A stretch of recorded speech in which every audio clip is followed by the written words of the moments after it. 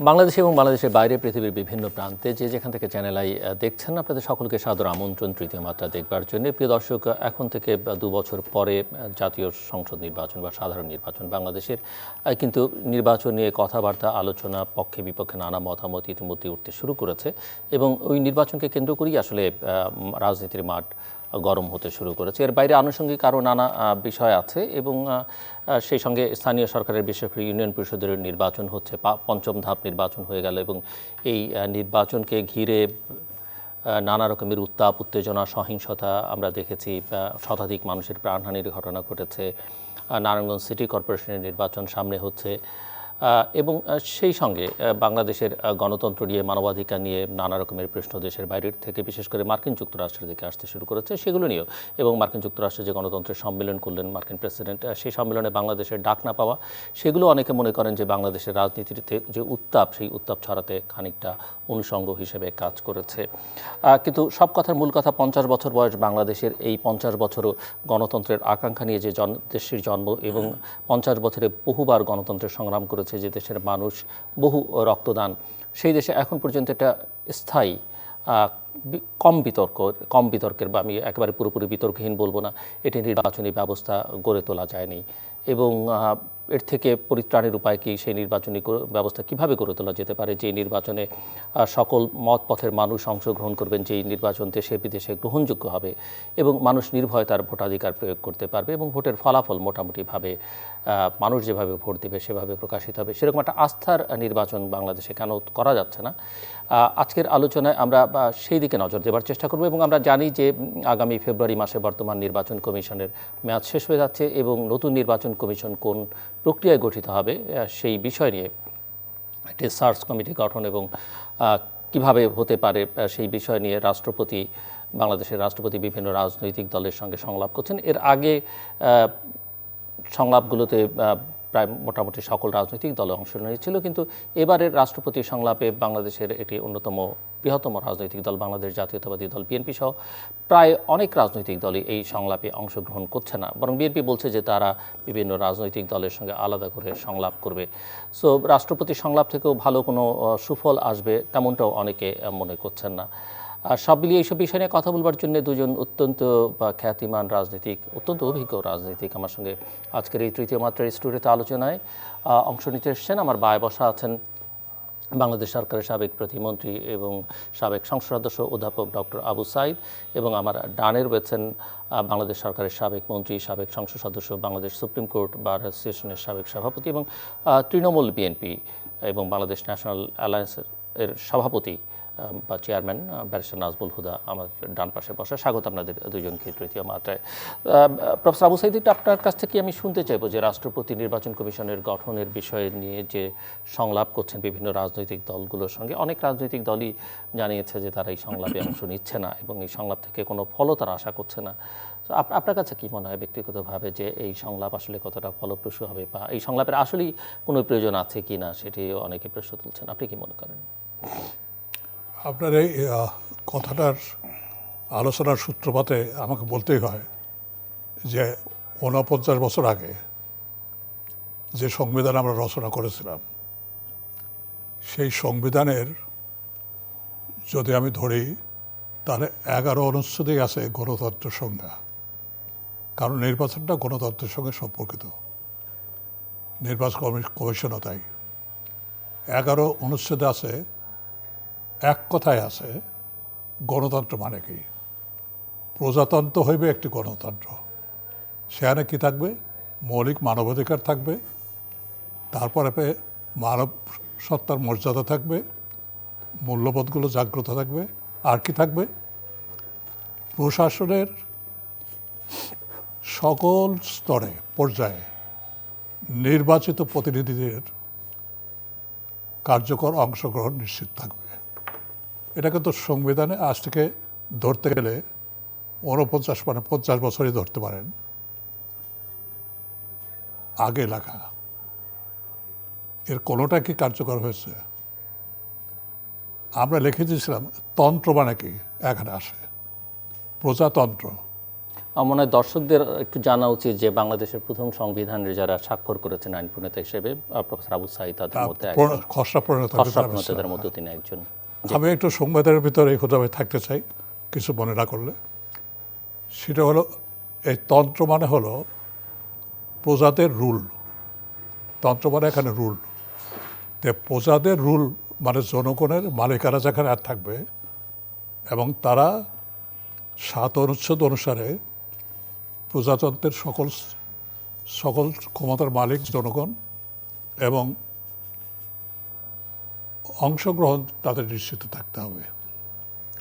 তো অংশগ্রহণ করতে গেলেই তো নির্বাচন দরকার। আধুনিক যুগে যে ব্যবস্থাপনা, আমি প্লেটোকে বা অন্য কোনো যুগের কথা বলছি না, এই যুগে বর্তমান বাংলাদেশ অবস্থায় নির্বাচন। তো নির্বাচন কে করবে? তার জন্য সংবিধানে 118 আছে নির্বাচন কমিশন গঠন করবে। নির্বাচন কমিশন কে গঠন করবে? রাষ্ট্রপতি। কিসের ভিত্তিতে সেটা বলে দেওয়া আছে সংবিধানে। সংবিধানে বলে দেওয়া আছে যে রাষ্ট্রপতি নির্বাচন কমিশন গঠন করবে আইন বিধানাবলী সাপেক্ষে। সাপেক্ষে শব্দটা এখানে কিন্তু মানে অল্টারনেটিভ না, আইন করেই করতে হবে আসলে। আইন আইন কিন্তু অনুসারে 50 বছরে কেউই করেনি, সাপেক্ষ কোনো আইন সরকারই অনুসারে করেনি সেই আইন। এই 50 বছরে কেউ করতে পারেনি। এটা আমাদের জাতিগত ব্যর্থতা, আমাদের রাজনৈতিক দলের ব্যর্থতা, শাসক দলের ব্যর্থতা, আমাদেরও ব্যর্থতা। এই আইন না করার ফলে উদ্ভূত একটা জিনিস আসছে, সেটা হলো কি সার্চ কমিটি।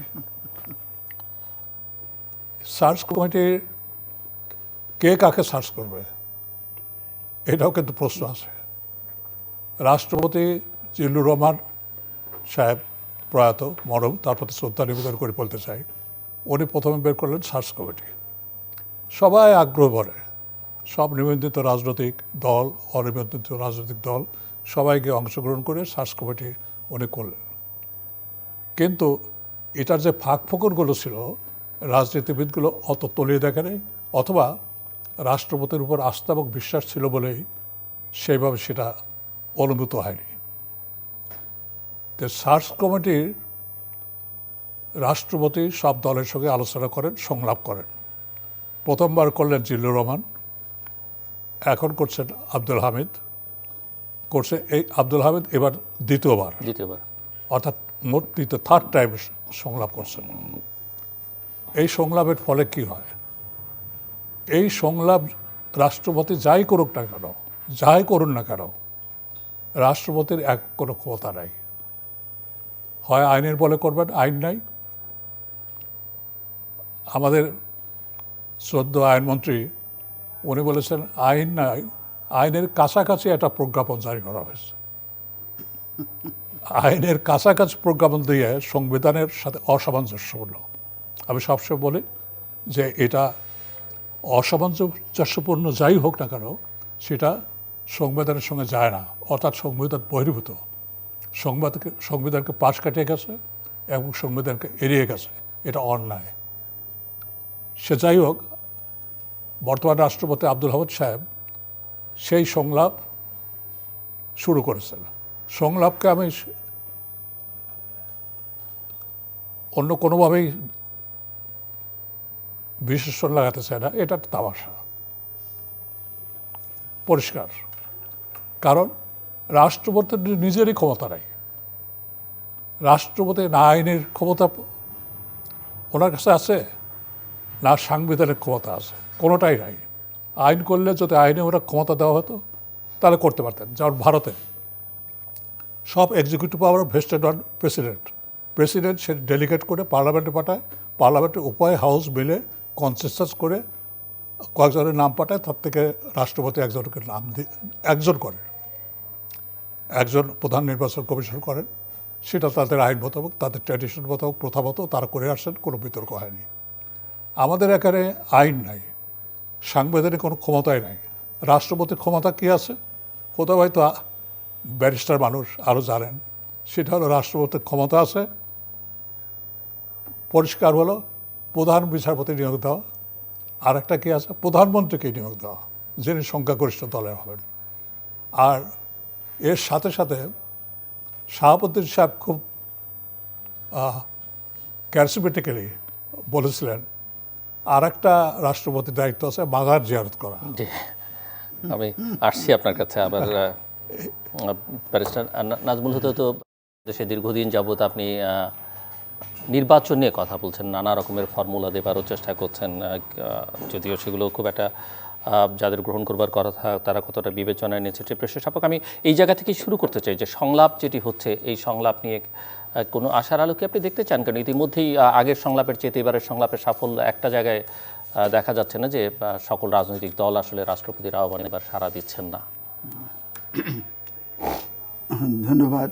আমি আমার বক্তব্য শুরুর আগে আপনার মাধ্যমে সারা দেশের জনগণকে ইংরেজি নববর্ষের শুভেচ্ছা জানাতে চাই এবং এই বছরটি আমাদের সবার জন্য কল্যাণ বয়ে আনুক, এই আশাবাদ আমি ব্যক্ত করছি।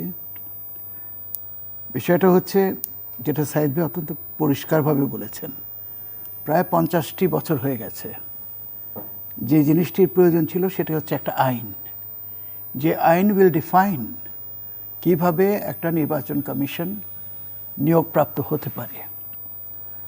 আর this is a very vital organisation এই কারণে যে আজকে article 7 of the constitution clearly সেজ রাষ্ট্রের ক্ষমতার মালিক জনগণ। তো জনগণ তো তখনই মালিক হয় যখন সে তার ভোটের মাধ্যমে একটা সরকারকে নির্বাচিত করে। কিভাবে নির্বাচিত করে? তাদের ইচ্ছার প্রতিফলনে যে সংসদটি নির্বাচিত হয় সেই সংসদ থেকে উৎসারিত হয় ক্যাবিনেট, এবং তারা ডিরেক্টলি জনগণকে রিপ্রেজেন্ট করছে। এরই মাধ্যমে জনগণের ক্ষমতায়ন থেকে শুরু করে জনগণ বিকামস পাওয়ারফুল, অ্যান্ড তারাই আলটিমেটলি এখানে ক্ষমতা নির্বাহ করে। আমি মনে করি আইন করার এখনও প্রয়োজন রয়েছে, এখনও সময়ও আছে। It's not that too late. এখনও টু লেট আমি বলবো না, আগামী নির্বাচনকে সামনে রেখে। I was rather sorry other day একটা কমেন্ট আমি দেখলাম যে অর্ডিন্যান্স করার ব্যাপারে আই থিঙ্ক আইনমন্ত্রী সাহেবই বলেছেন যে না, অর্ডিন্যান্স করা যাবে না বা হয় না। I am sorry to say যে যখন পার্লামেন্ট সেশনে থাকে না সেই সময় দ্য অনলি ওয়ে আইন প্রণয়ন করার একমাত্র উপায় হচ্ছে জরুরি ভিত্তিতে যদি কোনো কিছু প্রয়োজন হয়ে যায় তখন একটা অর্ডিন্যান্স প্রণয়ন করা। তো অর্ডিন্যান্সটা তো একটা আইন, this is very much an আইন। এটা পরবর্তীতে পার্লামেন্টে অনুমোদিত হয়, কিন্তু তার পর্যন্ত ইট বিকামস আ রিয়েল ল। তো এই আইনটা করতে তো খুব বেশি দিন সময় লাগে না। আজকে সার্চ কমিটি কাকে সার্চ করবে, কি দিয়ে সার্চ করবে? দূরবীন দিয়ে না সার্চ লাইট দিয়ে না? একটা প্রশ্ন যে আমি একটু ইন্টারাপ্ট করি, যে আইন তো বাংলাদেশে নানান সরকার নানান সময় করে, অনেক সময় নিজেদের স্বার্থে করে, বা সরকারের বা দলের স্বার্থে বা ব্যক্তির স্বার্থে। সকল আইন তো গ্রহণযোগ্য নাও হতে পারে। এখন যারা দাবি করছেন, বা এমনকি বিএনপিও বলছে যে আইন করেই করতে হবে, বা বুদ্ধিজীবীরা একটা বিবৃতি দিয়ে বলেছেন সরকারের সুবিধা মতো একটা আইন করলো, সকলের পছন্দ। অ্যাবসলিউটলি, আমি সেখানে আমি আসছি, ওটাই আমি আসতেছিলাম যে এখানে আইন করবে কারা?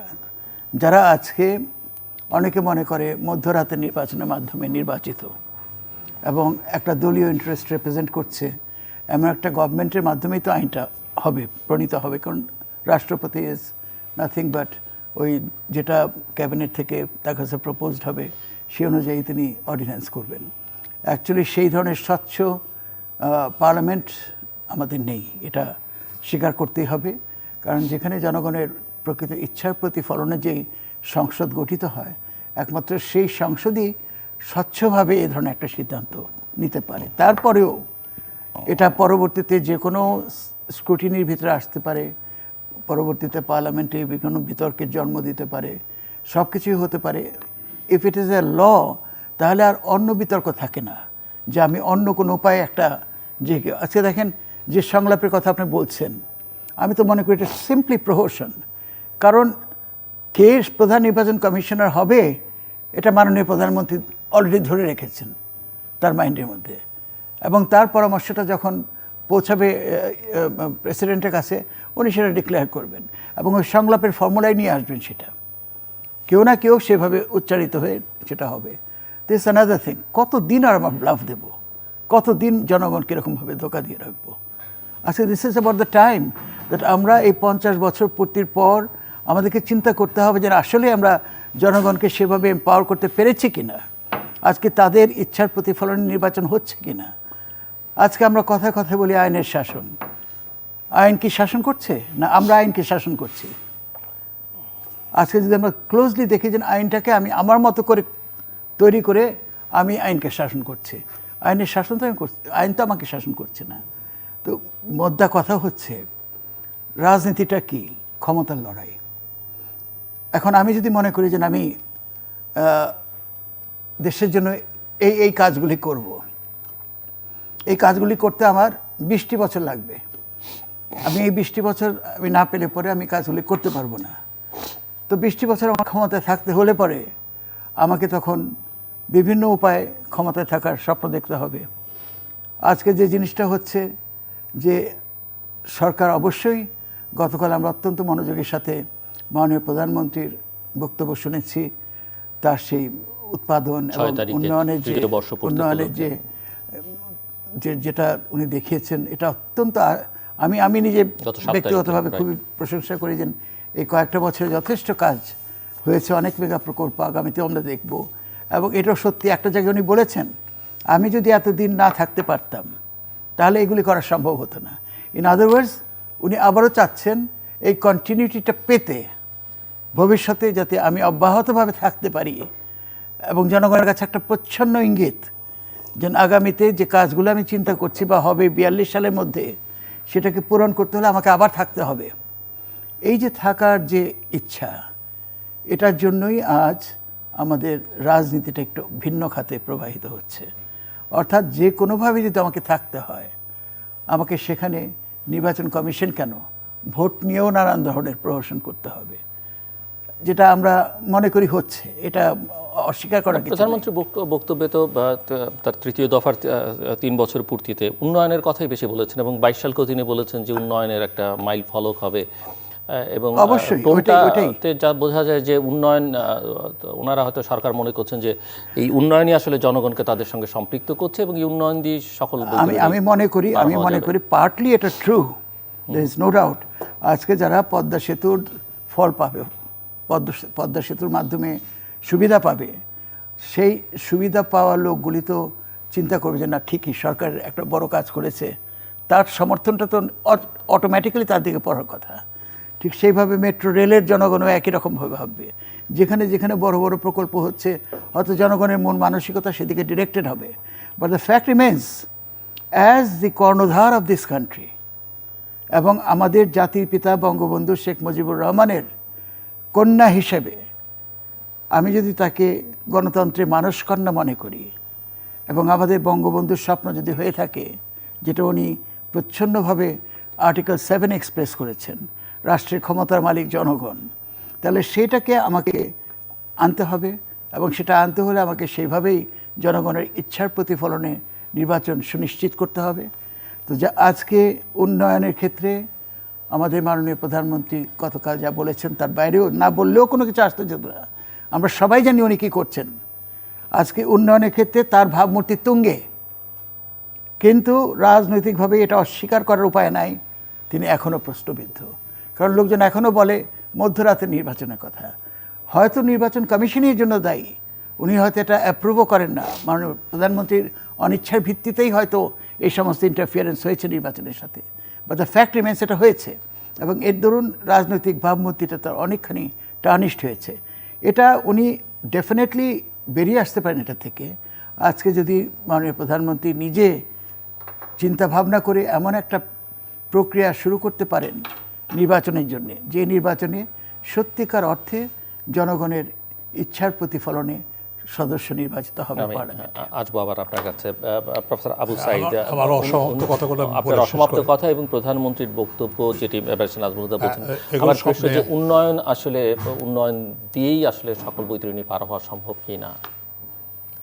আমার অসমাপ্ত কথাটা বলেই আমি আপনার এই প্রশ্ন আসবো। সেটা হলো এই যে হতে পারে ঠিকই বলেছেন যে রাষ্ট্রপতির কিন্তু একটা জায়গায় আছে, 48-3 না, তিনি আছে রাষ্ট্রপতি প্রধানমন্ত্রীর পরামর্শ মতো কাজ করবেন, যেটা উনি বলেছেন যে সার্চ কমিটি যাই আসুক আলটিমেটলি প্রধানমন্ত্রী করবেন, এটা ঠিক এটা যে কোনো সেটা সংবিধানেই আছে। হ্যাঁ, সংবিধানে আছে। কিন্তু 5-এ যদি আমরা আসি, সেখানে অন্যরকম। যদি কোনো মেরুদণ্ড সোজা লোক রাষ্ট্রপতি থাকেন কিংবা হন, তিনি কিন্তু ব্যতিক্রম পদক্ষেপ নিতে পারেন অবশ্যই। গণ আকাঙ্ক্ষার প্রতি শ্রদ্ধা রেখে। তার জন্য এমার্জেন্সি ডিক্লেয়ার করার দরকার নেই। সেটা কি 5-এ যদি দেখি আমরা 48 সেখানে পরিষ্কার বলা হয়েছে রাষ্ট্রপতি যে কোনো বিষয়ে অনুরোধ করিলে মন্ত্রিসভা তার বিবেচনার জন্য যদি পেশ করেন, সেটা করতে পারেন।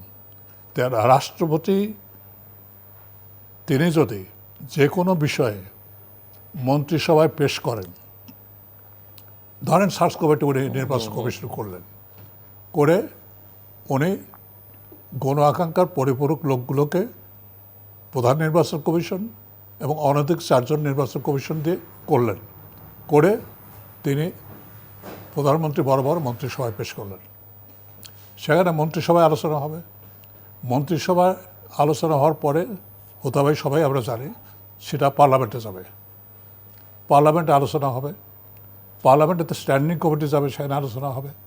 তাহলে ওই আলোচনার ভিতরেই এই পার্লামেন্ট, স্ট্যান্ডিং কমিটি, এগুলো সব কিছু বৈধতার ধারে কাছেও নাই। তারপরে বলি যে নামগুলো আসবে তাও স্বচ্ছতার ভিতরে একটা অবস্থার সৃষ্টি হবে এবং বিতর্কের ভিতর দিয়ে একটা পরিশীলিত, পার্লামেন্টে বিতর্ক হলে পার্লামেন্টের বাইরেও বিতর্ক হবে, বিতর্ক হবে এবং পরিশীলিত লোকগুলো চলে আসার সম্ভাবনা থাকে, যেটা হুদায় বোঝাতে চেয়েছেন। গণশুনানিও হতে পারে বিভিন্ন শ্রেণী পেশার লোক নিয়ে যদি করতে চান। অর্ডিন্যান্স জারি এখন পার্লামেন্ট ডেকেছে 16 তারিখে, অর্ডিন্যান্স জারি করতে পারছেন না। এই পার্লামেন্ট খুব কায়দা করে কাজটা করেছে, যাতে অর্ডিন্যান্স জারি যে দাবি উঠেছিল সেটাকে স্থগিত করার জন্য এই সামনে 16 তারিখে পার্লামেন্ট বলবে। পার্লামেন্ট ডাকলে তখন অর্ডিন্যান্স জারি করা যায় না। না, কিন্তু আইন করতেও তো খুব একটা, বাংলাদেশে তো একদিন এক রাতে অনেক আইন হয়ে গেছে। পার্লামেন্ট শেষ হলে 10 দিনের শেষ হলে কিংবা 2 দিনের শেষ হলে, তত্ত্বাবধায়ক সরকারের বিধান তো এক রাতের মধ্যে, এক রাতের ভিতর না, আবার বিধান করছে, আবার যাওয়ারও Special Powers ব্যবস্থা Act ও তাই। হ্যাঁ সেটাই যাওয়ার বলছি ব্যবস্থা আমি, বলছি স্পেশাল পাওয়ার অ্যাক্ট তো তাই। এই করতে যে চাইলে তো অনেক কিছুই করা সম্ভব। এই যে এখন রাষ্ট্রপতি সেই সক্ষমতা রাখেন কিনা মেরুদণ্ড খাড়া করে জাতিকে রক্ষা করার জন্য, গণ আকাঙ্ক্ষা পূরণের জন্য সে রাখেন কিনা, এ পর্যন্ত প্রমাণিত হয়েছে সেটা তিনি করেন নাই বলে করবেন না এটা আমি মনে করি। কিন্তু রাষ্ট্রপতি যদি মন্ত্রিসভায় পাঠানো, মন্ত্রিসভায় তো সেটা নিয়ে আলোচনা নাও হতে পারে না, মন্ত্রিসভায় পাঠালেই এটা একটা নিউজ হবে। তখন কি পাঠালো তখন আসবে। মন্ত্রিসভা সব ব্যাপারে ধামাচাপা দিতে পারবেন না, ধামাচাপা দিতে পারবেন না। এই বিষয়গুলো কিন্তু মিডিয়া গণতন্ত্রের একটা স্তম্ভ, তারা কিন্তু ওয়াচডগের মতো একবারে পাহারা দেয় সব কিছুই। তারা কিন্তু ঘুরে পিন পর্যন্ত, এখন পিনতে পর্যন্ত, পিয়নতে প্রধানমন্ত্রী পর্যন্ত তারা কিন্তু অবজারভেশন। তবে একটা জিনিস কিন্তু হচ্ছে, আপনার নিউজ পেপারে এই যে সার্চ কমিটির জন্য যে সংলাপগুলি হচ্ছে, এই সংলাপে কোন পার্টি কি প্রপোজ করছে এটা পাবলিক হচ্ছে। এটার মাধ্যমে কিন্তু অনেকে জানতে পারছে কাদের কি ধ্যান ধারণা এবং কাকে তারা চায়। কেউ কত ব্যক্তি বিশেষের নামও বলে ফেলেছে, কিন্তু সেটা বলার কোনো কারণ নাই। কিন্তু এটার মাধ্যমে একটা স্বচ্ছতা বোধহয় কিছুটা এসছে যে news media has caught up the process, এবং এই প্রসেসটার প্রত্যেকটা মিনিটস তারা যেহেতু জনগণের কাছে থ্রো করছে, জনগণ জানতে পারছে যে অমুক পার্টির স্ট্যান্ড এমুক, এবং এটা পরবর্তীতে যদি যখন mister president will announce the name, আর সেটা যদি দেখা যায় যে ডায়ামেট্রিক্যালি অপোজিট একটা নাম আসছে অ্যাভার্স টু দিস সংলাপ, তাহলে কিন্তু সেখানে ধরা খাবে। কাজে এটার মধ্যে থেকেই একটা কিছু তার বের করার প্রশ্ন আছে, প্রোভাইডেড যদি প্রেসিডেন্ট সেই স্ট্যান্ডটা নেন। হ্যাঁ তাকে নিতে হবে, সেভাবে হয়তো নিতে হবে। এটা তো আছেই, এর সাথে অনেকগুলো ঘটনা আছে। শুধু নির্বাচন কমিশন করলে যে নির্বাচন সুষ্ঠু হবে তা না। নির্বাচন কমিশনের বহু স্টেক হোল্ডার আছে। প্রথম হলো রাজনৈতিক দল, তারপরে কি আছে, এমনভাবে দলীয়করণ করা হয়েছে, আইন শৃঙ্খলা বাহিনীর থেকে শুরু করে, সাধারণ প্রশাসন থেকে শুরু করে, অন্যান্য নির্বাচনের যা যা মন্ত্রণালয় দরকার সব জায়গায়। যেমন নির্বাচন করতে কি লাগে, নির্বাচন করতে নির্বাচন কমিশন ডিরেকশন দেবে, তারপরে যাবে হলো ডিসির কাছে, এসপির কাছে, এসপি ডিসি 1 থেকে 3 পর্যন্ত দেখবেন অধিকাংশই, সবাইকে বলছি না আমি, অধিকাংশ এসপিডিসি উপর থেকে যেভাবে বলা হয়েছে সেইভাবে তারা ভোট করবে, সেইভাবে ভোটের অর্ডার দেন। ও যে দিনের ভোট রাতে ওই জন্যই হয়, পুলিশ যে করে, আমি তার ভুক্তভোগী, জীবন্ত সাক্ষী এখন আসি। এবং তার উপরে আমার ছেলেমেয়ে একটা আর্টিকেল লিখেছে ডেইলি স্টারে, চমৎকার একটা, ও আমার সাথে ছিল, সেগুলো দেখে লিখেছে, সেগুলো বাদ দিচ্ছি। এখন প্রত্যেকটি জায়গায় দলের লোক দিয়ে সাজিয়ে রাখছেন, তাহলে নির্বাচন কমিশনের সাথে ওখানে নিরপেক্ষ সরকার যারা দাবি করছেন, নিরপেক্ষ শব্দ বিশ্বাস করে না, নিরপেক্ষ সরকার বিশ্বাস করে না। একটা অন্তর্বর্তীকালীন সরকার হতে পারে, যে সরকারটা ঐক্যমতের ভিত্তিতে হবে। রাজনীতির যারাই আছেন, নিবন্ধন অনিবন্ধন, শ্রেণী পেশার, মুক্তিযুদ্ধের সপক্ষে সব লক্ষ্য নিয়ে যদি ডায়ালগ করা যায় মাস গণহারে, যেমন যুদ্ধাপরাধের জন্য গণ আদালত করেছিল। কিন্তু সেই ঐকমত্য প্রতিষ্ঠা করা কি সম্ভব আপনি মনে করেন? আমি মনে করি এই কারণে, না মনে করি এই কারণে 3 জোটের রূপরেখা কিন্তু ঐক্যমতের ভিত্তিতে হয়েছিল, তার জন্য কিন্তু তত্ত্বাবধায়ক সবাই অপোজিশনে ছিল। আচ্ছা, অপোজিশন থাকলেও এখন একজন বাদে সব যদি অপোজিশনে যায়, আপনি কি করবেন? আপনি কি করবেন? সেটা তো হতে পারে। বাংলাদেশে অসম্ভবের দেশ, সম্ভব করা যায়। স্যার নিনিয়ানও একসময় এসে কোনো একটা প্রসেস ইনভলভ হয়েছিলেন এই সংলাপে। যাক, একবারে হয় নাই, বারবারে হয়েছে। তো এগুলো হতে পারে, কিন্তু সেই জন্য আমি যে কথা বলতে চাই পরিষ্কারভাবে, যে একটা নির্বাচন করতে গেলে নির্বাচন কমিশন যথেষ্ট না।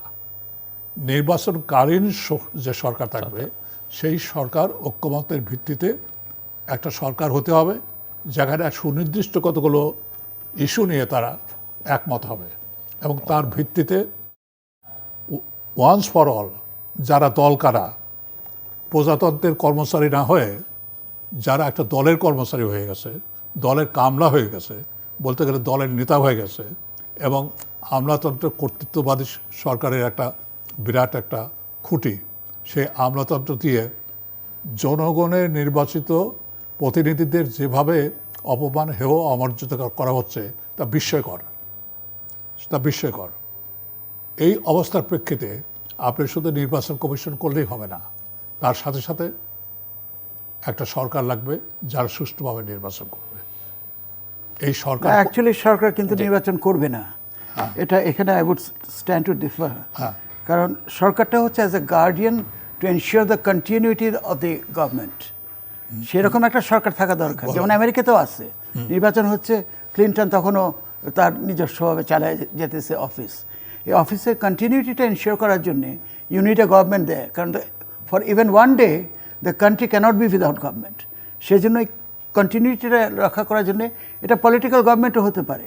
যে গভর্নমেন্ট এখন পাওয়ারে আছে, they can also be there, but that they would be absolutely powerless to do anything. এখানে পুরো জিনিসটাই হচ্ছে সেটা প্রধান নির্বাচন কমিশনের আন্ডারে হবে, সেটা প্রধান নির্বাচন কমিশনের নেতৃত্বে হবে, এবং প্রধান নির্বাচন commissioner actually has been given the ফুল পাওয়ার। পুরা পাওয়ারটা তার কাছে কিন্তু ট্রান্সফার হয়ে যায় সেই সময়, যখন প্রশাসন থেকে শুরু করে everything is under his control. এবং until the power is transferred to the new parliament, সেই পর্যন্ত তার একটা রোল, বিরাট বড় একটা রোল থাকতে পারে, যেখানে গভর্নমেন্ট শুধুমাত্র একটা আমব্রেলার মতো থাকবে, আর কোনো রকমের পাওয়ার তারা নির্বাহ করতে পারবে না। কারণ power is not with them, power is with the নির্বাচন commission or ultimately vested in the president. তো সেই হিসাবে আমি মনে করি এটা যে খুব একটা ডিফিকাল্ট একটা সিচুয়েশন তা না, এটা গভর্নমেন্ট ইচ্ছা করলেই করতে পারে। হোদা ভাই, আপনার সঙ্গে আমি আপনার কথাগুলো চমৎকার, তারপর দ্বিমত প্রকাশ করে এইভাবে বলতে চাই যে আর্টিকেল 55-এ পরিষ্কার বলা আছে, প্রধানমন্ত্রীর কর্তৃক বা তাহার কর্তৃত্বে এই সংবিধানের প্রজাতন্ত্রের নির্বাহী ক্ষমতা তিনি প্রয়োগ করবেন। নির্বাহী ক্ষমতা মন্ত্রিসভা। আজকে শিক্ষা মন্ত্রণালয়ের যারা আছে, উপজেলা লেভেলে, জেলা লেভেলে যারা আছে, তারাই তো নির্বাচন কমিশনের পক্ষ থেকে অ্যাপয়েন্টমেন্ট পান। যারা কৃষিতে আছে, কৃষি মন্ত্রণালয় তারা, যারা স্থানীয় সরকার আছে যারা, তারা এমনি করে প্রত্যেকটি মন্ত্রণালয় যে নির্বাহী কর্তৃত্বের অন্তর্ভুক্ত যারা, তারা কিন্তু সেই ব্যবস্থাপনার ভিতরে থাকবে। তাহলে কি করে আপনি বলছেন যে এই তাহলে সংবিধানের পরিবর্তন লাগবে? প্রধানমন্ত্রীর ক্ষমতা আপনি পরিবর্তন করতে গেলেই আপনাকে সংবিধান সংশোধন করতে হবে। সংবিধান সংশোধন তো করবেন না, কারণ না, প্রধানমন্ত্রী আপনি তো একটা কর্তৃত্ব স্পেসিফিক দায়িত্ব দিয়ে তাদেরকে ওখানে নিয়ে যাচ্ছেন। না, আপনি এই কর্মচারী আপনি কিন্তু তাহলে সাংঘর্ষিক হবে।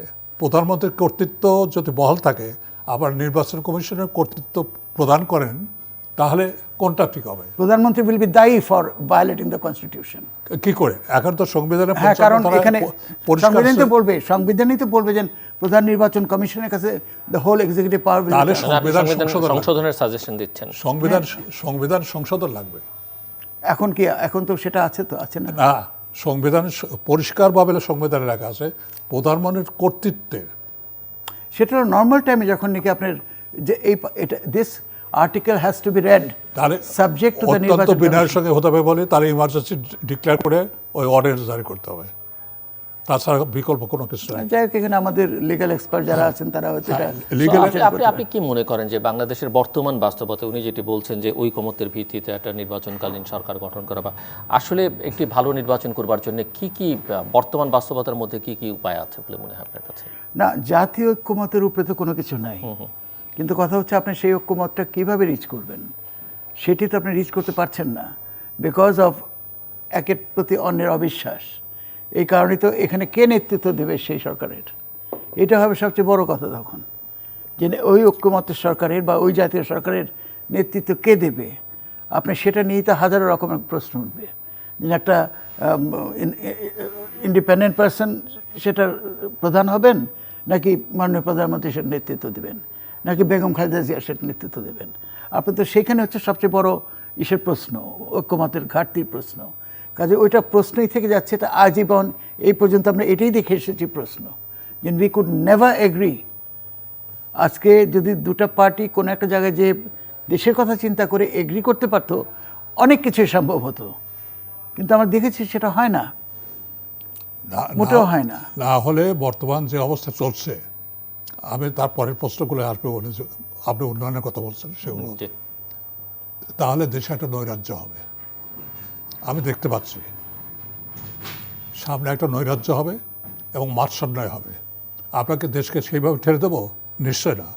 যারা রাজনীতি করেছে, দেশটাকে স্বাধীন আমরা করেছি, আমাদের যেমন দায় আছে তেমন দায়িত্ব আছে। দায় এবং দায়িত্ব নিয়েই একটা ফর্মুলায় আমাদের আসতে হবে।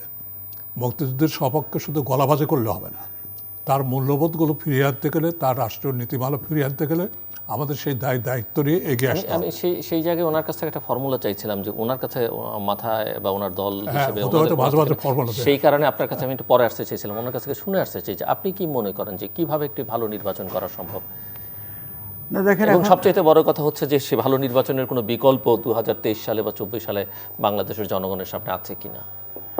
না দেখেন, নির্বাচন করার ব্যাপারে এটা দুটো সাইড। একটা হচ্ছে নির্বাচন কার আন্ডারে হবে, কি হবে, সেটা একটা সাইড। আর একটা হচ্ছে প্রক্রিয়াগতভাবে নির্বাচনের সুষ্ঠুতা। এখানে সুষ্ঠু এবং অবাধ নির্বাচন নিশ্চিত করতে যেটা সবচেয়ে বেশি প্রয়োজন, সেটা হচ্ছে প্রক্রিয়ার মধ্যে কিছু কিছু সংশোধন আনা। আমরা দেখছি প্রতিনিয়ত যে কাজগুলো এখন হচ্ছে ইউনিয়ন পরিষদের নির্বাচনে। First of all, this was a very bad decision. I would like to go on record to say that this union পরিষদের পর্যায়ে নির্বাচনকে দলীয় করা, it was a bad decision, absolutely bad. সেখানে প্রতীক নিয়ে যাওয়ার কোনো কারণ ছিল না, যেখানে ইউনিয়ন নির্বাচনটা সবচেয়ে স্বচ্ছ হতো, because of is variety of participation. Even আত্মীয়রা ফাইট করতো সেখানে। আপনি সেখানে একটা প্রতীকেরই ঢুকাই দিয়া পুরো জিনিসটাকে দলীয় করার একটা ইস্যুতে নিয়ে গেলেন। As a result you are facing all sort of problem now. এই যে ভায়োলেন্স টায়োলেন্স, কোনো না কোনো জায়গায় এটা হয় বিদ্রোহী অমুক অথবা দলের অমুক, এদের মধ্যে মারামারি করে এগুলি হচ্ছে। এবং এই জায়গাটাতেই আমার সবচেয়ে বেশি যেটা আমার চিন্তা ভাবনা, সেটা হচ্ছে যে এই দলীয়করণ করাটা নির্বাচনের একটা যে পর্যায়, যেটা নাকি জাতীয় পর্যায় ছিল, এখানে এটা সীমিত রাখা উচিত ছিল। আপনি জাতীয় পর্যায়ে নৌকা নিয়ে নামেন, ধানের শীষ নিয়ে নামেন, বা আমি তৃণমূল বিএনপি সোনালী আঁশ নিয়ে নামলাম, আমাদের সেটার আছে, ইন্ডিপেন্ডেন্স আছে, ফ্রিডম আছে টু ডু দ্যাট। এবং সেটার ভিত্তিতে জনগণের কাছে আমরা হাত পাততেই পারি ভোটারের জন্য, যে তুমি আমার প্রতীকের পক্ষে দাও। আমার ওই পর্যন্ত তো যাওয়ার কোনো দরকার নেই। আজকে যেইমাত্র আমি সারা দেশকে দলীয়করণের দিকে নিয়ে যাই, তখনই প্রশ্ন ওঠে, এটা কি তাহলে একদলীয় শাসন নাকি অন্য কিছু? এ ধরনের নানান কিছু কিন্তু মাইন্ডের মধ্যে তখন আসে। তো আজকে দেখেন এই ইউনিয়ন পরিষদ পর্যায়ের যে নির্বাচনগুলি হচ্ছে, সেই নির্বাচনে একটা স্বচ্ছতা ছিল সবসময়। ওটার মধ্যে ভোটার লিস্টে নিয়েও কেউ কোনো সময় কোনো আপত্তি তোলে নাই। আমি যেটা বলেছি যে আমাদের জাতীয় নির্বাচনের প্রথম অ্যান্ড ফার্স্ট উপাদান হতে হবে একটা নিশ্ছিদ্রভাবে স্বচ্ছ ভোটার তালিকা।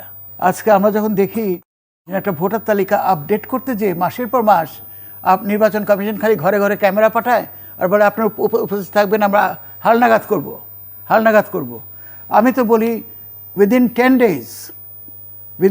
ডেজ ইউ ক্যান, এই পুরা দেশে আপনি নিশ্চিদ্রভাবে স্বচ্ছ একটা ভোটার তালিকা দিতে পারেন যেখানে একটা লোক পর্যন্ত ভুয়া হবে না। আমার কাছে তো সেই প্রস্তাব আছে, আমি তো সেই I belong to that particularly, আমি সেটা বিশদভাবে সেটা আলোচনা দিয়েছি যে এটা সম্ভব, ভেরি ইজিলি সম্ভব। আজকে আপনি নির্বাচন কমিশন দেখেন, এসে কী বলে ইউনিয়ন পরিষদের নির্বাচনটা দেখেন, প্রতিটি ওয়ার্ডের এই যে 9টা ওয়ার্ডের অ্যাভারেজ ভোটার কয়জন? 2,500 থেকে 3,000 ম্যাক্সিমাম প্রতি ওয়ার্ডের। 9টা ওয়ার্ডে একটা ইউনিয়ন বিভক্ত। আপনি প্রতিটা ওয়ার্ডে যদি একটা করে ওয়ার্ড হালনাগাদকরণ কমিটি করে দেন, তাহলে সেখানে ইনক্লুডেড কারা হবে? ওয়ার্ডের যে মেম্বার গত নির্বাচনে নির্বাচিত হয়েছেন তিনি অ্যাজ চেয়ারম্যান, আর তার সাথে যারা কন্টেস্ট করেছে তাদের সবাইকে সদস্য করে যদি আপনি তাদের কাছে এই দায়িত্বটা দেন যে তুমি তোমার ওয়ার্ডের হালনাগাদ করা কমিটি বা ভোটার লিস্ট আমাদেরকে প্রদান করো, তাদের জন্য it is a matter of 7 days। কারণ কয়দিন আগেও তারা ঘরে ঘরে যে ভোট চেয়ে এসেছে, তারা বলতে পারবে উইদিন 2 days যে কোন ঘরে মানুষ ভোটারহীন হয়ে গেছে, কোথায় ভোট অ্যাডেড হয়েছে, এটা তারাই বলতে পারবে। এবং যেহেতু সবাইকে নিয়ে কমিটি হবে, একজন আরেকজনকে ডিঙিয়ে যেয়ে কোনো রকমের কারচুপি করতে পারবে না।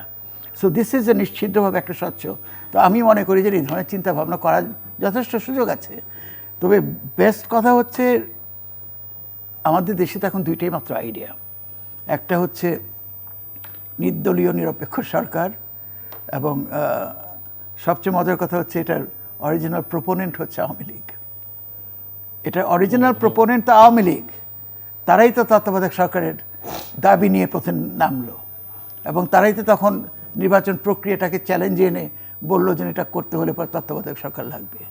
তো যেই মাত্র তারা এটা পাল্টে গেল, চিত্র পাল্টে গেল, এখন তত্ত্বাবধায়ক সরকার তাদের কাছে ডিজায়ারেবল না। আবার যারা তাদের জায়গায় চলে গেল, এখন তারা তত্ত্বাবধায়ক সরকার চাচ্ছে। তার মানে হচ্ছে যে এই জায়গাটাই কিন্তু আমরা সীমিত। আমাদের একমাত্র হচ্ছে এখন সলিউশন হচ্ছে জাতীয় ঐক্যমত, যেটা আপনি বললেন, দ্যাট মেবি সর্ট অফ সেই ধরনের একটা ঐক্যমতে আসার জন্য একটা সংলাপের আয়োজন করতেই পারেন, যেন আপনি এটার সম্বন্ধে একটা জাতীয় ঐক্যমতে আসতে চান। তখন আপনি ইনভাইট করেন all the political parties, everybody including intelligentsia যারা আছে, যে এটার ব্যাপারে আপনার কীভাবে আপনাদের জাতীয়ভাবে আপনারা মনে করেন এটা করা সম্ভব। তাহলে আপনি arrive at a particular consensus, সেই কনসেনসাসের ভিত্তিতে আপনি তখন পরবর্তী কার্যক্রম। আপনি আপনার ব্যাপারে যে কথা বললেন একমত, তার সাথে আরেকটা কথা বলে আপনি যেটা বলেছেন যে সরকার, আমি বলি এই সরকার কর্তৃত্ববাদী সরকার। যে সরকার ইউনিয়ন পরিষদের মতো জায়গায়, যেখানে সামাজিকভাবে উৎসবের আয়োজনের মতো নির্বাচন হয়, সেখানে প্রতীক দিয়ে দলীয়করণ করতে চায়, হিংসা, যেখানে রাষ্ট্রীয় ক্ষমতার হাত বদল হবে, পরিবর্তন হবে, সেখানে নির্বাচনকে দলীয়করণ করবে না, এই আস্থা এবং বিশ্বাস আপনি কীভাবে রাখবেন? টাকার উপায় নেই। তাহলে হয় এই সরকারকে চলে যেতে হবে গণ অভ্যুত্থানের মাধ্যমে, গণ আন্দোলনের মাধ্যমে, অথবা একটা কনসেনসাস যে কথা বললেন ঐক্যমতের ভিত্তিতে আসতেই হবে। এখন আমি আসছি উন্নয়নের কথা বলে ইন্ডেক্স নিয়ে, এটা আমার বাড়ানো একটা জাতীয় সরকার না, জাতীয় সরকার চিন্তা করতেছি না, জাতীয় সংলাপ for ডিভাইজিং a way for getting to the সুষ্ঠুবাদ নির্বাচন, সেটা কথা বলছি আমরা, সেটা বলছি। এবং সেখানে তাহলে ওইরকম একটা ফর্মুলা লাগবে যে সংলাপের মধ্য দিয়ে আসলে কিভাবে ঐকমত্য পৌঁছানো যাবে। মানে একটা তো ভিন্নমত থাকবে শেষ পর্যন্ত। You gather opinion then you, এটা অপিনিয়ন বিল্ড আপ করতে করতে 3-4টা পয়েন্টে আমরা একমত হতে পারলে শর্ট লিস্টিং হয়ে যাবে, এটা কিন্তু হয়ে যাবে, এবং সেটাই নিয়ে আন্দোলন হবে আলটিমেটলি, এবং সেটাই নিয়ে জয় পরাজয় কিংবা ঐক্যমতের একটা সরকার গঠন হবে। এই পরিষ্কার না হলে নৈরাজ্য হবে, বিশৃঙ্খল হবে, দেশটা অতলে যাবে। এখন আসি উন্নয়নের কথা বলছি। আমি যুক্তরাষ্ট্রের ফ্রিডম হাউস সে গণতন্ত্র মানবাধিকার সম্পর্কে কি বলছে? সে বলছে যে বাংলাদেশ 2017 তার র্যাঙ্ক ছিল হলো 47-এ, এটা নিচেতে ধরতে হবে, উপরতে ধরতে হবে, তার থেকে নিচে নেমে এসে এখন 39। তে গণতন্ত্র এবং মানবাধিকার যে স্যাংশন দেয়, আপনি প্রথমে উল্লেখ করেছেন, কেন দেয়? এর বিরুদ্ধে কোনো তথ্যগত দিক কিন্তু আমরা কোনো পক্ষ থেকে পাইনি, বিশেষ করে সরকারি পক্ষ থেকে পাইনি। আবার আসেন অর্থনৈতিক স্বাধীনতা, যেখানে উন্নয়নের কথা বলছেন, সেখানে সুশাসন ও জনগণের উপরে কী ধরনের বিনিয়োগ হয়েছে, এটা যদি মিলিয়াম চ্যালেঞ্জ আরেকটা জরিপ সংস্থা, এটাও আমেরিকার। সেখানে কী দেখা যাচ্ছে, আমরা 19-এ ছিলাম, নেমে নিচের দিকে 11-তে চলে আসছে। আবার আরেকটা উদাহরণ অনেক আছে, এত আমি দেবো না। যুক্তরাজ্য, আপনারা বলতে পারেন যুক্তরাষ্ট্রের কথা বলছেন, যুক্তরাজ্যের কথা বলি। যুক্তরাজ্য ইন্ডিপেন্ডেন্ট ইকোনমিক্স আপনারা ভালো জানেন, এই তার ইন্ডেক্স হলো বাংলাদেশে আগে ছিল 6.1, এখন 4.1, এটা হলো চলে আসে। আর ফিনান্সিয়াল যেটা আছে সেটাতে কত হাজার কোটি টাকা পাচার হয়েছে সে উল্লেখ আছে, আমি জানি না। আইনের শাসনের কথা আপনি বলেছেন, আইনের শাসনের ইন্ডেক্সে দেখা যাচ্ছে জরিপে 128টা দেশের জরিপ হয়েছে, সেখানে বাংলাদেশের অবস্থান 115। তাহলে কেমন আইনের শাসন আছে? আমাদের মাননীয় প্রধান বিচারপতি উনি বলেছেন যে আইনের শাসন প্রতিষ্ঠা করবেন। আমরা দেশবাসী দোয়া করি উনি যাতে আইনের শাসন এবং স্বাধীন বিচার বিভাগ প্রতিষ্ঠা করতে পারেন, সেজন্য গণ আকাঙ্ক্ষা পূরণ করতে পারেন। উনি দীর্ঘজীবী হন, ওনার কার্যক্রমের ভিতরে সেটা প্রতিফলিত হোক, আমাদের শুভ ইচ্ছা তার প্রতি থাকলো। এরকম অনেক কেন আছে। আর একটা বিষয়ে মনে রাখতে হবে, উন্নয়নের কথা যে বলি, এই উন্নয়ন না, উন্নয়ন কারোর জন্য হয় না, একটা ব্যক্তির জন্য হয়নি। বঙ্গবন্ধু স্বপ্ন দেখেছেন অনেকগুলো ভিত্তি স্থাপন করেছিলেন, এবং কনস্টিটিউশনালি যে অর্গানসগুলো আছে, কাঠামোগত দিকগুলো আছে, সেগুলো তিনি মোটামুটি একটা অবস্থানে নিয়ে আসছেন। তার উপরে ভিত্তি করেই আসে, কিন্তু সেই প্রতিষ্ঠানগুলো আরও সুন্দর, আরও সজ্জিত, আরও সুদক্ষ, আরও স্বপ্ন না হয়ে আরও ধ্বংস করা হচ্ছে। তাহলে আজকে 54 লক্ষ মামলা আর 34 লক্ষ মামলা ঝুলে আছে। এই সমস্ত বিষয়টাকে আমরা কিভাবে দেখব? আমরা সুশাসনের কথা যদি বলি, তাহলে এক উত্তরেই চিঠি লিখেছেন পররাষ্ট্রমন্ত্রী, মার্কিন পররাষ্ট্রমন্ত্রীকে লিখেছেন, তাহলে নিষেধাজ্ঞা কেন আসে? আজকে ভোটের সময় দাঁড়িয়ে বলে যে নৌকায় ভোট না দিলে তোমাকে ক্রসফায়ার দেওয়া হবে।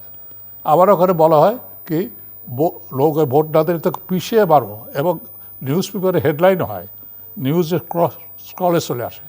এই হলো জনপ্রতিনিধিদের কাজ।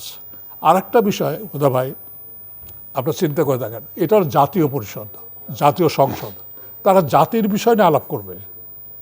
আর জাতীয় সংসদের এখন যার সদস্য আছে, আমাদের সময় থেকে শুরু করি, গম চুরি থেকে আরম্ভ করে, গম বাটার থেকে শুরু করে যত কর্ম কুকর্ম সব আমরা করে বেড়াচ্ছি। আসলে আমাদের সংবিধানে প্রায় 72 জায়গা না 71 জায়গায় আইন করা দরকার। এটা আইনসভা, আমরা আইনসভা বাদ দিয়ে আমরা গেছি গম ভাগ করতে, আমরা গেছি খাল ডাকতে, আমরা গেছি বালু খেতে, আমরা গেছি গাছ কাটতে। সংবিধানকে আবার রিভিজিট করা উচিত, মানে আবার এটা রিরাইট করা উচিত। এমপিরা সব পাবে না, আমি বলছি না, সংবিধানের তো দোষ নাই, সংবিধানে তো এমপিদের করণীয় তো আছেই, লেখা আছে। না, তবে I think what is important more than anything, সেটা হচ্ছে বাই ল আপনাকে ল করতে হবে দুইটা জায়গায়। একটা হচ্ছে প্রশাসনিক নিরপেক্ষতা, এটাকে এনশিওর করার জন্য একটা ল ইজ এসেনশিয়াল। আরেকটা হচ্ছে নির্বাচন কমিশনের কথা আমি বললাম, নির্বাচন কমিশন আপাতত আমাদের করা সম্ভব হচ্ছে না যেভাবে আমি এখন বলবো। এটা হয়তো আপাতত করা অসুবিধা, কিন্তু আমাদের ইন দ্য লং রান জাতির কথা চিন্তা করে আপনার এই পার্টিকুলার কমিশনটাকে, এই প্রতিষ্ঠানটিকে একটা এম্পায়ারের রূপ দিতে হবে, সাম্রাজ্যের রূপ দিতে হবে। অর্থাৎ this particular commission will have all the wealth in it's control to hold certain definite functions for the country. কি সেটা? এক হচ্ছে আপনার recruitment, right at the bottom, একটা ছোট্ট একটা পিয়ন থেকে শুরু করে আপনার একেবারে নির্বাচনী কর্মকর্তা পর্যন্ত, অফিসার এবং কর্মচারী, এদের রিক্রুটমেন্টের সম্পূর্ণ ক্ষমতা আপনি নির্বাচন কমিশনের হাতে দিতে হবে। তারা রিক্রুট করবে, তারা তাদেরকে ট্রেন করবে কীভাবে নিরপেক্ষ থেকে সুষ্ঠু নির্বাচন করা যায়। তাদের ট্রেনিংয়ের মাধ্যমে তাদের security forces will be created. তারাই সেখানে ট্রেনিং দিয়ে বলবে যে তাদের security force will take care of the নির্বাচনকালীন যে সমস্ত আইন শৃঙ্খলার ব্যাপার হয়। ইন আদারওয়াইজ গভর্নমেন্টের কাছে যে ডিপেন্ডেন্সটা নির্বাচন কমিশনের এবং তাদের কর্মতৎপর চালানোর জন্য গভর্নমেন্টের কাছে যে অফিসার চাওয়ার যে প্রবণতা, সেটা থেকে আপনি সম্পূর্ণভাবে ইন্ডিপেন্ডেন্ট যদি করতে চান নির্বাচন কমিশনকে, you shall have to make it fully independent. এর নিজস্ব কার্যালয়, নিজস্ব অর্থ, নিজস্ব ট্রেনিং, নিজস্ব রিক্রুটমেন্ট, সব পলিসি তার নিজস্ব হতে হবে। এবং when the country's election comes, যে কোনো পর্যায়ে, that particular commission takes over and with his own manpower he conducts the election and hands it over to the political government. এটা হওয়া উচিত অ্যাকচুয়াল পজিশন ফর দ্য নির্বাচন commission. প্রশাসনিক নিরপেক্ষতাও এই একই কারণে দরকার। আপনি দেখেন আজকাল আমরা প্রশাসন, এনিবডি উইল সে যে রাজনীতি আর রাজনীতিবিদদের হাতে নাই।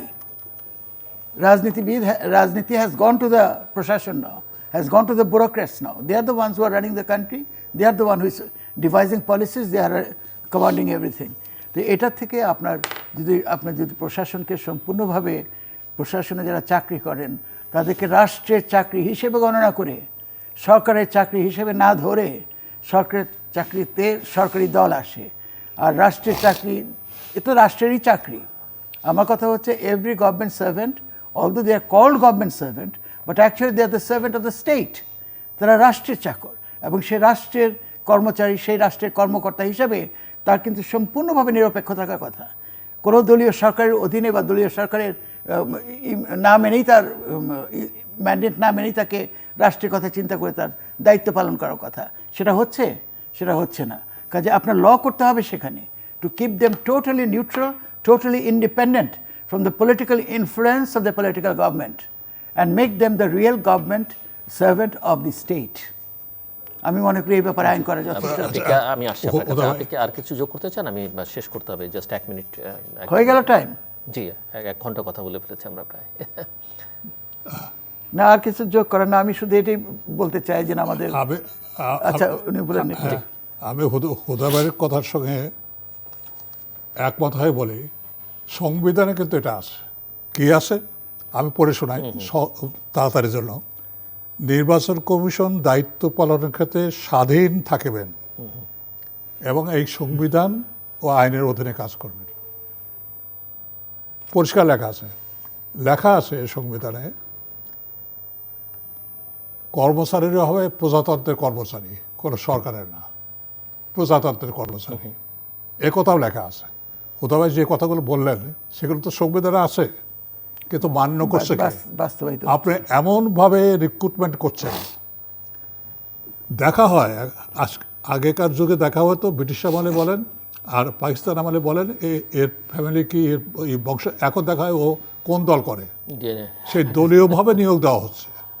তো দলীয়ভাবে যদি নিয়োগ দেওয়া হয় তাহলে আপনি যেই কাজ করতে চান ওই নিম্নস্তর থেকে উপস্তর পর্যন্ত আপনার সবগুলো শুদ্ধ পরিশুদ্ধ করে একটা সুষ্ঠু ব্যবস্থাপনার ভিতরে আপনি শুদ্ধ মানুষ খুঁজে বের করবেন কিভাবে? আপনার কনস্টিটিউশন কিন্তু আরেকটা জিনিস আছে, আপনি একটুখানি এডিট করেন, নিরপেক্ষ থাকবে, স্বাধীন থাকবে নির্বাচন কমিশন, ঠিকই আছে, কিন্তু নির্বাচন কমিশন সবসময় গভর্নমেন্টের সাহায্য পেতে পারে ফ্রম যখন তার কোনো অফিসার লাগে সেটার জন্য, এবং সেটাই হচ্ছে এখন। সেটাও আছে এবং সেটাই হচ্ছে, সেটাও স্বাধীন থাকবেন।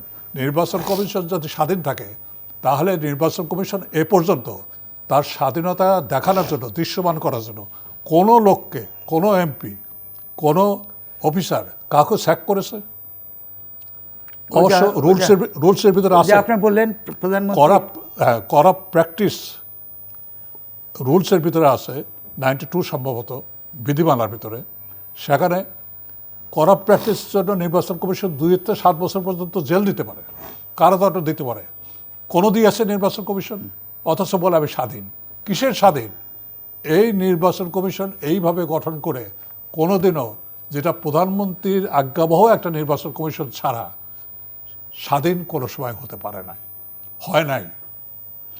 সেই জন্য এইটা তবে এটা কি বলা যায় কিনা, যদি আপনারা এক লাইনে আমাকে বলেন যে সরকার যতক্ষণ যেই থাকুক, যে নামেই থাকুক, যে ধরনের সরকারই থাকুক না, সরকার যতক্ষণ পর্যন্ত নির্বাচন নিরপেক্ষভাবে বা ভালো একটা নির্বাচন হোক না চাইবে, ততক্ষণ পর্যন্ত আসলে সেটি সম্ভব না।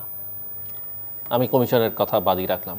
বিশ্বনাথ মহোদয় কি মনে করেন? না, এটা তো ঠিকই। এটা তো এখন আমরা তো এক যে যে যে টাইপের সরকারের মধ্যে আছি, সেই টাইপের সরকারের সেটা যে সরকারই হোক আর কি, আমি বলছি যে রিফ্রেম ইট এগেইন। যে আমি বলছি যে সরকার যেটি হোক, সেটি আওয়ামী লীগের সরকার হোক, বিএনপির সরকার হোক, বা নিরপেক্ষ নামে কোনো সরকার হোক, সেটি যে কোনো একটা ফর্মুলায় তো কেউ না কেউ তার প্রধান হবেন, এবং তাদেরকেও নিয়ে বিতর্ক বাংলাদেশে হয়েছে অতীতে। সো তারা যদি না চান, যারাই ক্ষমতায় থাকেন, তাহলে আসলে কারো পক্ষে ভালো নির্বাচন করা সম্ভব না, কোনো কমিশন। দ্যাট ইজ ট্রু, সেটা আছে, সেটা তো অবশ্যই সরকারের সদিচ্ছা না থাকলে সরকারের সদিচ্ছা থাকতেই হবে, সেটা there is no doubt about that. এবং আমি শেষের দিকে একটুখানি রিফ্লেক্ট করতে চাই, যেটা বলতে চাইলেন, ওয়ান অফ দি নির্বাচন কমিশনার মাহবুব তালুকদার চমৎকার একটা কথা বলেছেন। সেটা কি বলছেন? এই যে ভোট যুদ্ধ, আমাদের এখানে যুদ্ধ চলছে কিন্তু ভোট নাই। এই যে কথাটা লাস্টে বললেন উনি, দেখেন এটার উপরে চেয়ারম্যানের রিয়াকশনটা কি। চেয়ারম্যান নির্বাচন কমিশন, তিনি বললেন উনি মিথ্যা কথা বলছেন। আর এটা মিথ্যা কথা বলার কি, এটা তো একটা বাস্তবসম্মত ওয়েতে একটা পরিস্থিতির বিবরণ, যে এই যে এখন যে যুদ্ধ চলছে ইউনিয়ন পরিষদে, এটা কেউ অস্বীকার করতে পারবে? 86 জনের পর্যন্ত মারা গেছে, 86 জন, এবং মারা যাচ্ছে মৃত্যুর মিছিল। এটা আরো হবে, আরো হবে। এবং এইটাকে আবার উৎসব। যে কথাটা জাস্ট এক মিনিট, যে কথাটা আমি বলতে চাই, সেটা হলো ঐক্যমতের ভিত্তিতে যে সরকার আসবে, সুনির্দিষ্টভাবে একটা নির্দিষ্ট সময় তারা থাকবেন, সুষ্ঠু একটা নির্বাচনের জন্য যে যে ব্যবস্থা নেওয়া দরকার তারা নেবেন, এবং বাংলাদেশে সেরকম লোক আছে, তাদের যদি আমরা বসিয়ে দিতে পারি তাহলে সম্ভব। 1 নম্বর। 2 নম্বর কথাটা, এই এজেন্ডাটাই তো জাতীয় সংলাপে ঐক্যমতের আমি বলছি। 1 নম্বর। 2 নম্বর কি, তারা কোথাও পরবর্তীকালে নির্বাচন করতে পারবেন না, সরকারও আর দ্বিতীয়বারের মতো আসতে পারবে। আচ্ছা, এখানে আরেকটা কথা আমি বলি, একটু সরি ভাই, একটু ইন্টারফিয়ার করি। দেখেন, আমরা বিচার বিভাগের স্বাধীনতার কথা বলি এবং প্রভাবমুক্তভাবে থাকা। আজকে সবচেয়ে বড় দুর্নীতিটা কোথায় হচ্ছে, আমি কাউকে পার্টিকুলারলি পয়েন্ট আউট করছি না। আমি ধরেন সর্বোচ্চ একটা আসনে আছি, যেটার পরে আমার রিটায়ারমেন্ট, কিন্তু আমার মাইন্ডের মধ্যে কাজ করতেছে এরপরে নতুন কোন অ্যাসাইনমেন্ট, এই সরকারটাকে আমার একটু তোষামত করতে হবে, কারণ এরপরে উনি আমাকে নিউ ইয়র্কে পাঠাতে পারেন as the United Nations representative to the state. এই মন মানসিকতা নিয়ে আমি যখন বিচার কাজে বসি বা অন্য কোথাও বসি, আমি তখন তাকে তুষ্ট করার কারণে দলীয়ভাবেই অনেক কিছু করি। এটা থেকে আপনি বাঁচবেন কবে? এটা থেকে একভাবেই বাঁচতে পারেন যে রিটায়ারমেন্ট মিনস ফুল রিটায়ারমেন্ট, এরপর আর কোনো কিছু না। Whatever appointment you are getting, বিচারপতিদের ব্যাপারে তাই আছে, তারা লাভজনক কোনো পদে যেতে পারবেন না, কিন্তু অলাভজনকও অনেকে চায়, কারণ অলাভজনক পদে থেকেও আসলে অনেক কিছু করা যায়, করে। আচ্ছা, এটা কি তাহলে এই যে আপনার ল কমিশনটা কি? ল কমিশন লাভজনক একটা কিছু না? আচ্ছা, ওটা ধরেন আমরা সুপ্রিম জুডিশিয়াল কাউন্সিল যদি করি, শেষ করতে হবে। ও যে কথা বলছেন সেটাই তো করতে পারো না। সুপ্রিম জুডিশিয়াল কাউন্সিল করে এগুলো দেখে ল কমিশন একসাথে করে, অর্থাৎ রাষ্ট্রের যতগুলো অর্গানাইজ আছে, সাংবিধানিক সংস্থা আছে, তাকে যদি আমরা শক্তিশালী করি, তাহলেই কেবলমাত্র একটা সুষ্ঠু, ওই এখন একটাই সলিউশন, জাতীয় ঐক্যমত আনতে একটা জাতীয় সংলাপ। দর্শক, আমরা অনুষ্ঠানের শেষ সম্পর্কে আপনারা লিখতে পারেন ডাকে ইমেল SMS এর মাধ্যমে, ইন্টারনেট আমাদের অফিসিয়াল ওয়েবসাইট অথবা সোশ্যাল মিডিয়াতে যেসব পেজ রয়েছে সেসব পেজে আপনাদের মতামত রাখতে পারেন। আর আপনাদের মতামত আমাদের অনুষ্ঠান তৃতীয় মাত্রায় আপনি দেখতে পাবেন প্রতি বৃহস্পতিবার এবং শুক্রবার বাংলাদেশ আমার রাত 2টায়, সোমবার সকাল 11:30 এবং শুক্রবার দুপুর 1:30টায়। দেখবার আমন্ত্রণ রইল। তৃতীয় মাত্রায় পর্বটি আপনি সামাজিক যোগাযোগ মাধ্যম ফেসবুক এবং টুইটারও সরাসরি দেখতে পারেন। ফেসবুক টুইটারে তৃতীয় মাত্রা লাইভ স্ট্রিমিং হচ্ছে। iOS ডিভাইস থাকলে আপনি অ্যাপ স্টোর থেকে তৃতীয় মাত্রায় আপনি ডাউনলোড করে নিতে পারেন তৃতীয় মাত্রায় দেখবার জন্য এবং অনুষ্ঠান সম্পর্কিত তথ্যাদি জানবার জন্য, এবং টেলিভিশনের পর্দায় দেখতে না পারলে যে কোনো সময় যে কোনো স্থান থেকে ইউটিউবে তৃতীয় মাত্রা চ্যানেলটি সাবস্ক্রাইব করে এই পর্ব বা পুরনো যে কোনো পর্ব আপনি আপনার সুবিধা মতো দেখতে পারেন। ডক্টর নাজমুল হুদা এবং প্রফেসর আবু সাঈদ, অসংখ্য ধন্যবাদ আলোচনা নেবার জন্য। দর্শক, কথা হচ্ছিল নির্বাচন নিয়ে এবং দুজন অত্যন্ত অভিজ্ঞ প্রথিতযশা রাজনীতিবিদ কথা বলছিলেন। অনেক কথা তারা বলেছেন। উন্নয়ন দিয়ে সবসময় রাজনৈতিক বৈতরণী পার হওয়া যায় না, এবং উন্নয়নের সঙ্গে সঙ্গে সেটি অর্থনৈতিক উন্নয়ন হলে তার সঙ্গে রাজনৈতিক উন্নয়নটাও নিশ্চিত করতে হয় যদি অর্থনৈতিক উন্নয়নকে টেকসই করতে হয়। আইনের শাসনের কথা আমরা প্রায়শই শুনি। ওনারা এই প্রশ্ন তুলেছেন যে আইনের শাসন আছে, আইন কি শাসন করছে না আইনকে শাসন করা হচ্ছে, এটি মৌলিক প্রশ্ন ওনারা তুলেছেন। নির্বাচনকে নিরপেক্ষ করবার জন্য কি করণীয়, অনেক রকমের কথা উঠছে। ওনারা স্থানীয় সরকার নির্বাচনে দলীয় প্রতীকে যে নির্বাচন হচ্ছে এটির দুজনেই বিরোধিতা করেছেন, তীব্র বিরোধিতা করেছেন। ওনারা প্রশাসন, আইন শৃঙ্খলা রক্ষাকারী বাহিনী তাদের নিরপেক্ষতাও নিয়ে প্রশ্ন তুলেছেন এবং তাদেরকে কীভাবে নিরপেক্ষ করা যায় সেই প্রশ্ন তুলেছেন।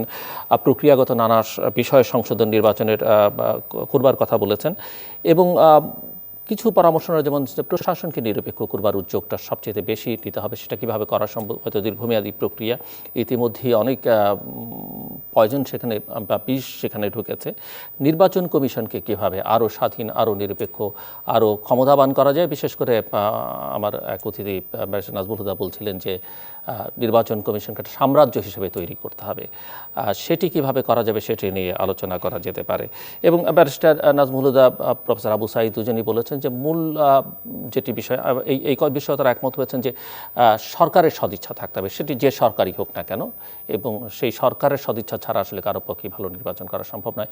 কিন্তু সমাধান কি? সমাধান হিসেবে ওনারা বলছেন যে জাতীয় ঐকমত্য প্রতিষ্ঠা করতে হবে এবং তার জন্য জাতীয় সংলাপ করতে হবে। রাষ্ট্রপতির সংলাপকে ওনারা প্রহসন তামাশা বলেছেন, কিন্তু সকল রাজনৈতিক দলের অংশগ্রহণে দীর্ঘমেয়াদে লম্বা সময় ধরে কিছু কোর ইস্যুস নিয়ে একটা জাতীয় সংলাপ করতে হবে এবং সেখান থেকে ছেকে আসলে একটা ঐকমত্য প্রতিষ্ঠা করবার জায়গা নিশ্চিত এবং তার ভিত্তিতে আগামী দিনের করণীয় বা কীভাবে নির্বাচন হবে সেটি ঠিকঠাক করতে হবে। এর বাইরে ওনাদের দৃষ্টিতে আপাতত কোনো বিকল্প নেই।